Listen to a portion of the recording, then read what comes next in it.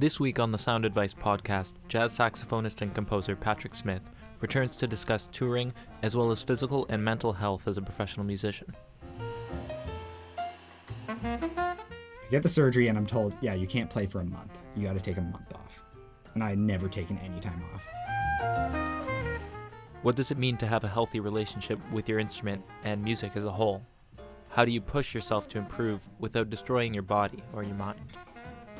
I was able to come out of it with this deep understanding of I have to treat my body well. We'll discuss how overcoming these obstacles can ultimately make you a better musician, and we'll discuss one of the most important figures in jazz history who most people have never heard of. Stay tuned for all this and more. Music's bigger than you.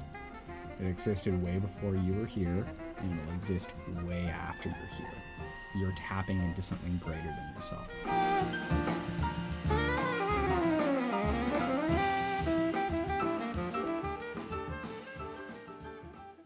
So, Pat, when you were touring with My Son the Hurricane, you were on stage one day and you overblew on your horn, and I guess you were jumping around too much, and you got a hernia. And I was wondering if you could just share your experience on recovering from that. And I know from talking to you that it's really changed the way that you approach the horn and that you approach playing efficiently. Yeah, cool.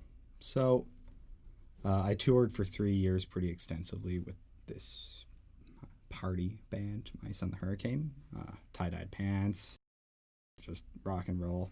It was a great time. And there was a lot of choreography in this band. Like, we were moving the entire time, like learning how to play saxophone while jumping side to side. And this was at the Peterborough Folk Festival. It was the last day of a month on the road. We'd been on the road for a month, and I, like, at one moment went back up with my horn up here, and I remember I played an altissimo A, and I felt something go, like, just above my groin area. I was like, oh, I thought I'd pulled a muscle. Like, a month went by, and then I was back on the road in Winnipeg playing baritone with this Motown tribute show, Legends of Motown, and like between the two sets, they were hour-long sets playing baritone, I was just like healing over in pain, like just like wondering what was going on. But then I was fine when that wasn't happening. Like, when I was just doing normal stuff, it was fine. It was only if I had been playing the saxophone for more than 30 minutes. It was like, what is going on?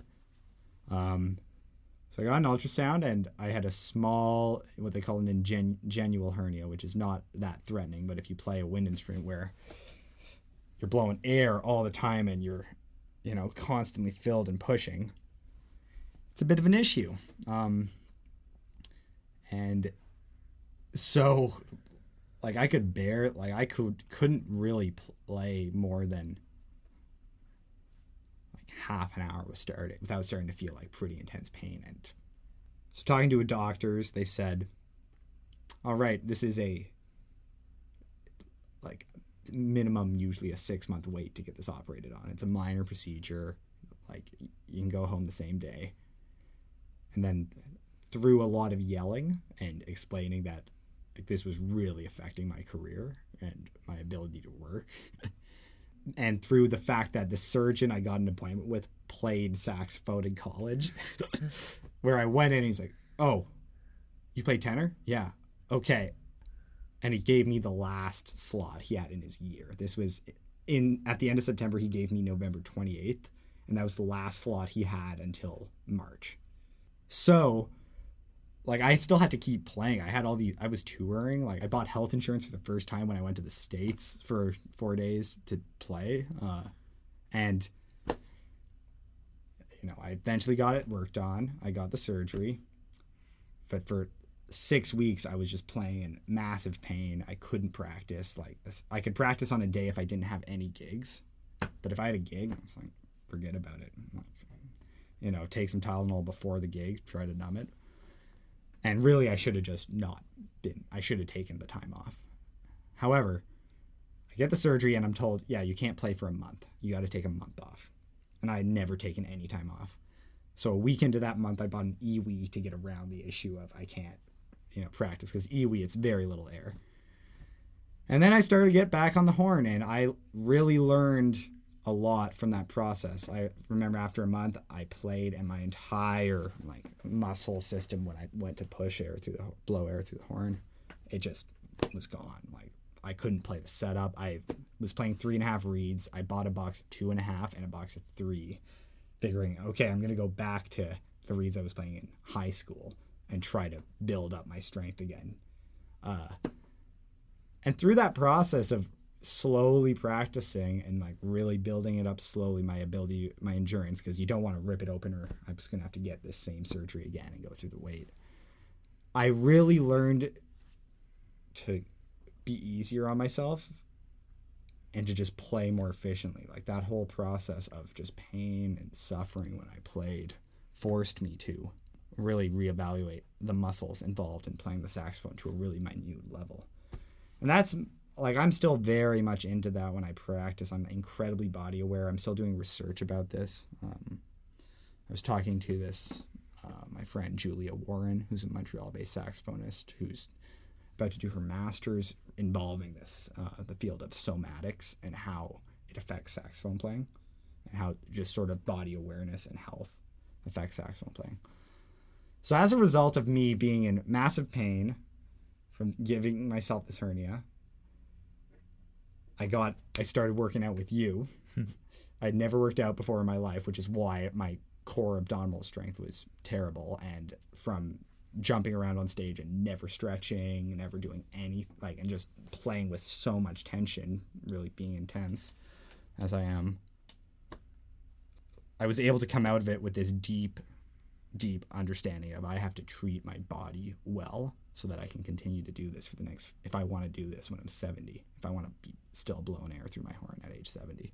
So for the last 2 years, I've been completely re-envisioning how to play with less tension. And primarily when I practice, that is what I'm working on, is how to do that, how to be mentally aware. Because you go to play a solo and you know how it is, you're on a gig, you're playing a solo, you stop thinking.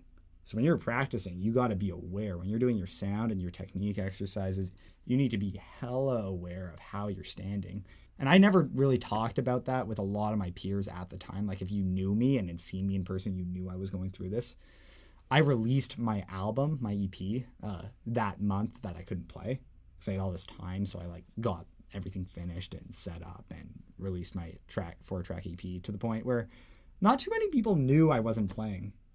Because I was really worried that people would think, oh, Pat's got a hernia, and people would assume that for a year I wouldn't be playing. So I really tried to keep it quiet. And now talking to people about it because I don't want other people who are really intense players who don't think about their bodies to have to go through this brutal process that I had to go through to get back to the shape I'm at. And, even now, if I play saxophone more than 7 hours a day, I start to feel it around that scar.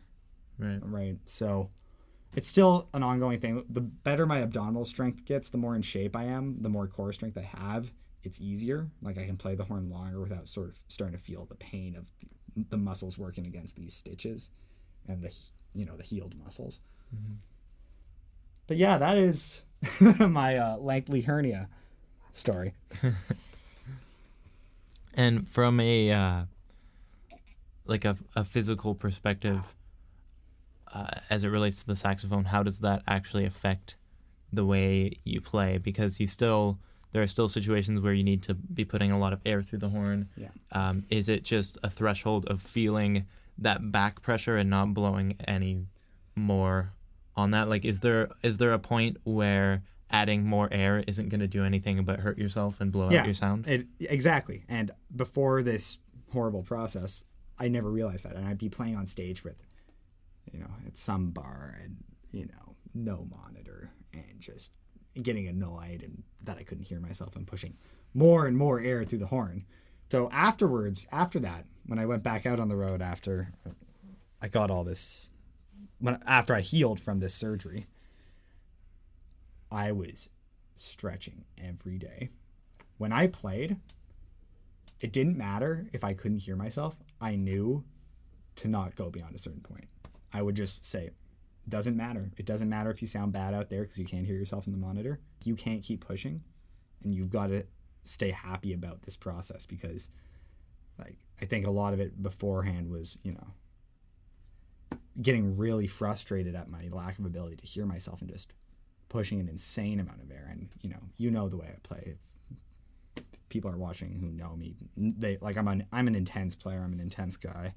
I put a lot of air through the saxophone with my setup. I have quite a large mouthpiece. I play hard reeds, and I really have had to learn to, when I play, one, not tense my body, and two, like, get to that loudest point and then stop, even if I can't hear anything. Know what fortissimo feels like as opposed to know what it sounds like.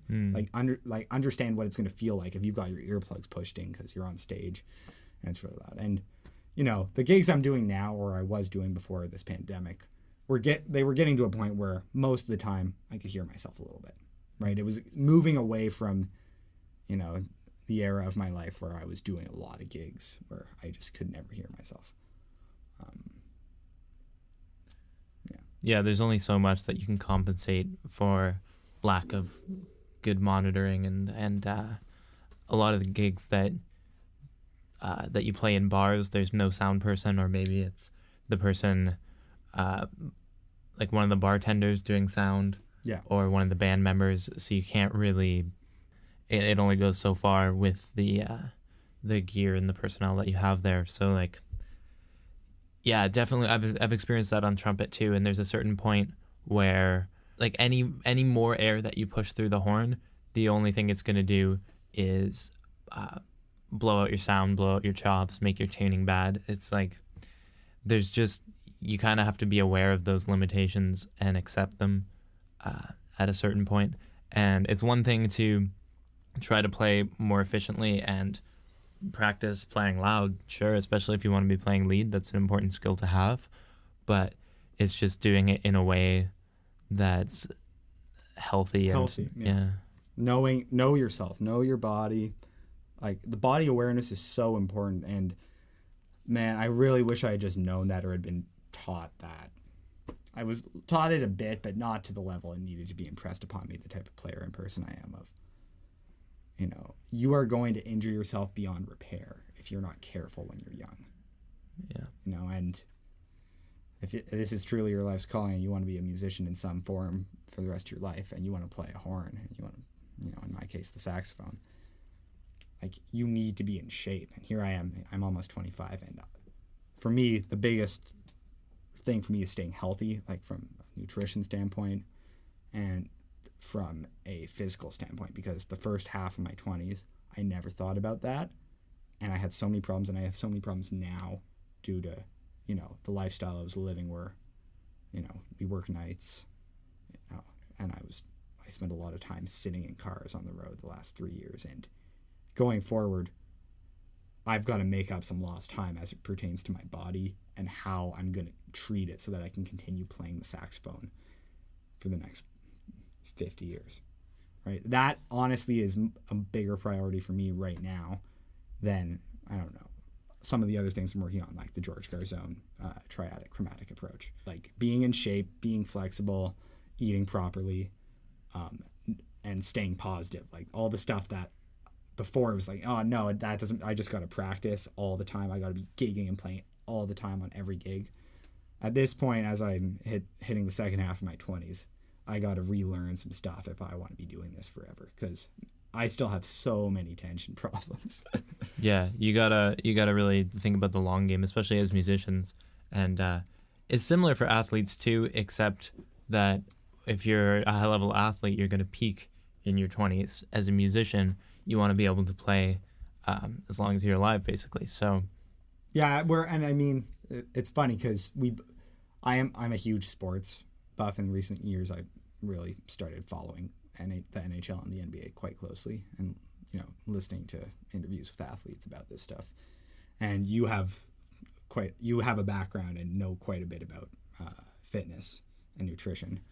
So I guess that's a good point where athletes are sort of trying to keep their bodies until like they're trying to keep their bodies in shape until they're 40, like keep it until, and then for most of them it's like around 40 they got to stop. But Yeah. as musicians, it's almost like we have to learn how our bodies are aging and growing and how to adapt ourselves to that process.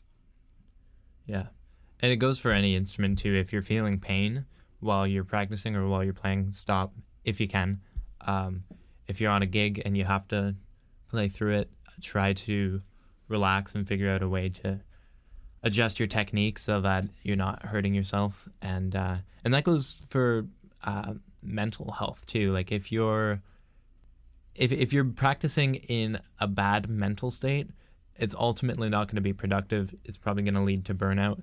And I don't believe in forcing yourself to continue practicing. I do believe in forcing yourself to start practicing, because often that's the hardest part. And it's like, oh, like I don't feel like it today or whatever. Like that's different. Like you should have some level of discipline where you're like, no, I'm going to pick up my horn or pick up my instrument, whatever you play, and I'm going to start working on something. But if you get 20 minutes in and it's like, it's just making you feel shitty about yourself, or you're just not, you're feeling burnt out, like you need a break, take a break. Don't force yourself to keep going beyond where it's something that brings you joy. Marie Kondo that shit. Yeah.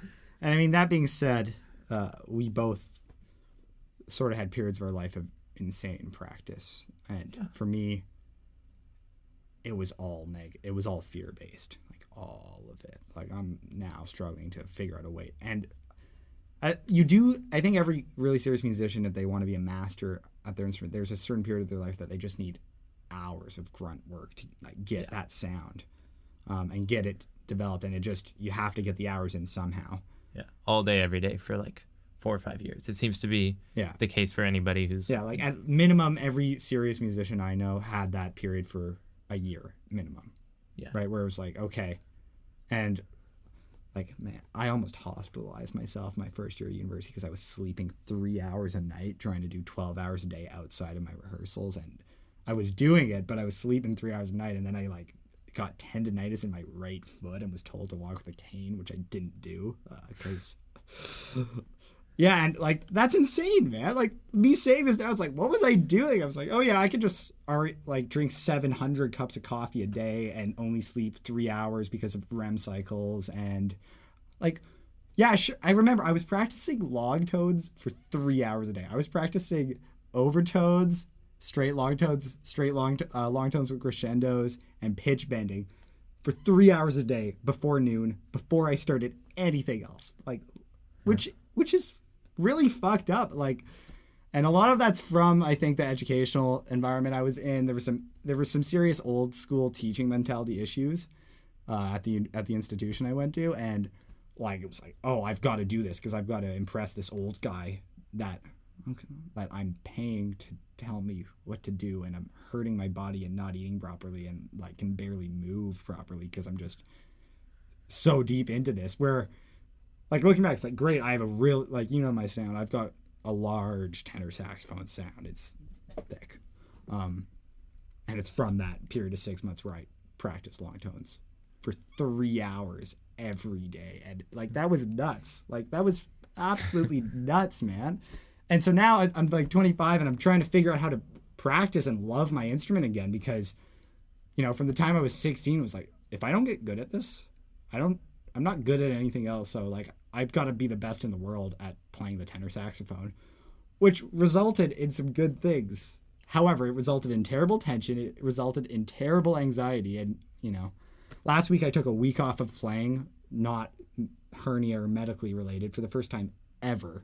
And I feel great. Like I feel like I want to play my instrument again for the first time in a long time. And like, if you're putting in those hours, you do need to be aware that you need this other side. Like you need that drive and that push, but you also need this self-love and you need the positivity. Otherwise you're going to burn out. And I've burned out so many times. Yeah. And your practice won't be as effective. No, you won't. Like, hell, I could have fit those 3 hours of long tones in with the same amount of, what's the word? Effectiveness? Yeah, effectiveness Like, I could have done that in half an hour if I had just been effective instead of being like, I suck. I got to keep doing this. I got to keep doing this till it hurts. And like, that's such a bad, and some old school teachers are kind of like that still. And it's like, no, this isn't how you do it, especially like given the like once you get good at your horn, like the monetary payment involved of living this lifestyle, like there's no point to it. Like, I think people really need to just be careful with that, and they need to have this positivity and love attached to their playing as well. And that other thing, that drive is important, but you need the other side. Otherwise, you're gonna quit. You're gonna quit, and you're gonna be sad, and it's gonna take a long time for you to figure it out. And it's bad. It's a bad situation. You got whiplashed. Yeah. Well, exactly. Yeah. It's funny. I had a big band leader in school. You know who this is. And some of the transfer students from Edmonton, like, they knew this one guy was gullible, so they were like, "Oh yeah, whiplash. That's based off, you know, the big band leader at U of T." And like, this guy totally bought it. They were like, "Oh, whoa, really? Like, this is wild. Like, oh, this hard ass is like, this is the guy that the movie's based on." It not true at all, but like to the point where it was like pretty believable. It's like, oh, this movie's based on this dude. Really? That's true? No, but you believed it, and that's the yeah, point. and that's the problem with this educator. You know, it's like, if you believe that, then maybe this educator shouldn't be teaching kids. Yeah, and well, it's easy to forget that at like going into that situation at like 17 years old, sometimes 16 years old, like, they are still kids. Yeah. At that point. I feel like I'm just starting to be not an idiot child. Just a little bit, yeah. Like, I feel like the dumb... What was it? Our other roommate, fabulous guitarist Julius Clegg, who's 5 years older than us, one point he was like, yeah, like, you guys don't get it yet. Like, males, like, your brains don't turn on until you hit 25. And when he told me that 3 years ago, I was like, screw you, Julius. And now I'm 25. I'm like, you know, I'm sort of seeing the validity of this statement given some of the decisions I've made in the last couple of years. So yeah, and that's, especially if you're an educator as well as a musician, like, really be aware of the power of your words, because people are still kids, especially young men, until I would say they're, or I don't know, 23. Yeah. Yeah. Well, yeah, and just in general, you know, if you have a position of influence, you want to make sure that you use that to the best of your ability to, you know, give good advice and good guidance, and yeah, just like support the growth and like the passing on of information and of experience. Respect the lineage. Respect the thing you're a part of. Music's bigger than you. It existed way before you were here, and it'll exist way after you're here. You're tapping into something greater than yourself. And sometimes we all get wrapped up in our own egos, and if playing or teaching. And I think it's important to remember, like, when you play, you are tapping into something that is eternal and is part of the human consciousness. And you are the summation of all your musical influences. And that's the state you need to go into. You need to tap into this thing that's existed for millennia and will exist for millennia, and be honest with it and live your life in a way that really honors the sacrifices of the people who laid down things before you. Yeah. As a player and as a teacher and as a human, like, you can't be a musician, I think, without thinking about that aspect of it, of, you know, sort of the lineage and being really true to the spirit of the whole thing of creativity and being an artist. Yeah.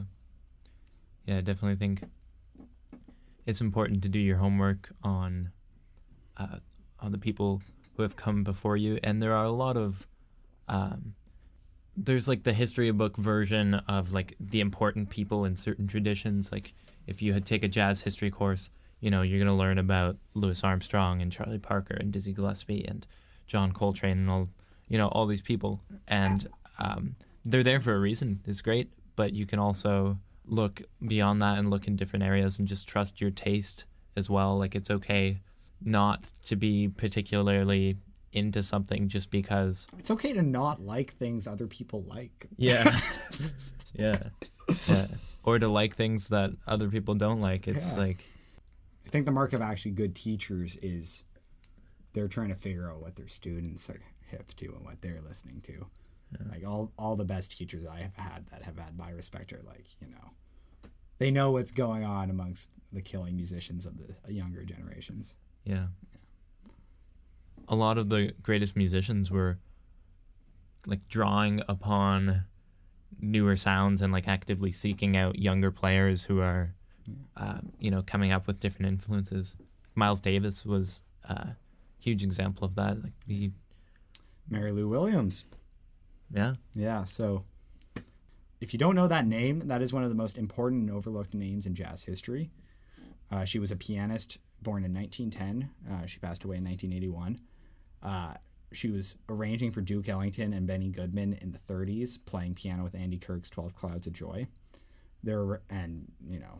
Was in Kansas City in 1934, like ran away from home to play with the circus when she was 14, like lived this life on the road.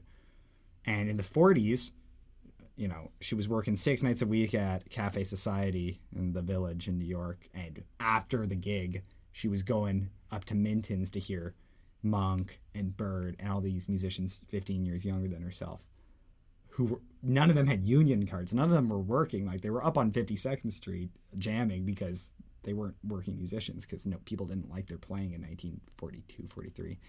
So she became the primary teachers of Bud Powell and Thelonious Monk. Yeah, her life's just incredible. The music she wrote after she converted to being a really devout Roman Catholic, she wrote some jazz masses for voices that are just some of the most beautiful things you've ever heard. And her piano playing, it's just like you listen to it, and I really feel like because of her influence on Bud Powell and Thelonious Monk, that with this addition of she came up in the stride era and has all that stuff down, but with this dark twist, like her time feel and her sound, it's just a bit darker, and you understand the lineage a lot better of Monk and Bud Powell, and for sure. if you sort of hear that, and getting into her music, it's just incredible, and thinking about where she came from and what she had to go through and her mentorship of these young musicians. And she continued to try to mentor young musicians later and try to get them off the street and get them off drugs. And while I'm on here and have a platform, I think she is one of the most overlooked and influential and important musicians ever. Yeah. And I think definitely, especially listening to her, I think makes Monk's playing make a little bit more sense where it's coming from. Contextualizes it. Yeah, because like you listen to Monk and it's so easy to be like, wow, like where did this come from? Nobody was doing anything like this. And now like even to this day, there's nobody quite like Monk. Like he definitely was unique, but you listen to Mary Lou Williams and it's like, oh, like a lot of it's coming from here. I think it's really incredible. Yeah. Like how I've never heard of this person before. And like unfortunately it's not that surprising that because she was a black female instrumentalist and really is seemingly the only people who got any sort of recognition if they were female at that time in the jazz scene were vocalists. There are very few female instrumentalists who got any sort of clout. Yeah. I finished her biography last week, and there's this record from like 1976 of her playing solo. And there's a couple tracks with Buster Williams on bass and a couple tracks with vocals, and it's like 16 blueses in a row. And you can just hear 50 years of life and gigging in these solo recordings from when she's in her mid-60s. And the record's called My Mama Pinned a Rose on Me, and particularly the track Dirge Blues. Yeah.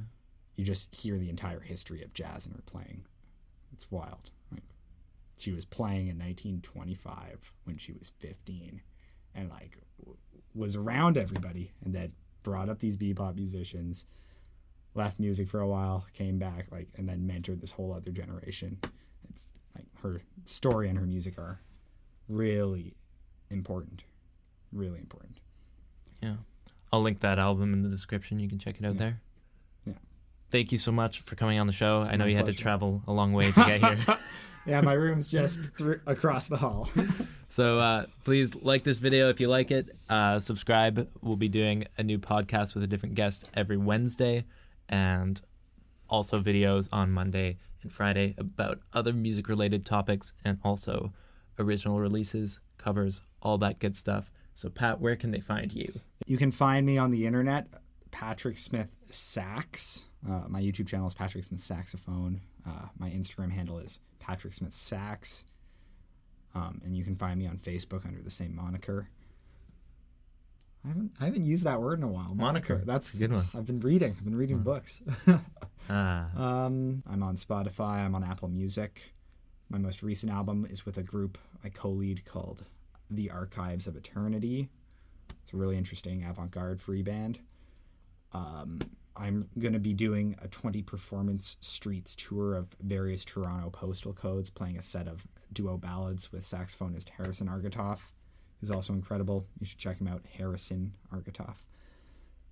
And I'm recording on my good friend Dan Pitt's album next month. That should be out by early 2021. You follow Dan Pitt Music. Yeah.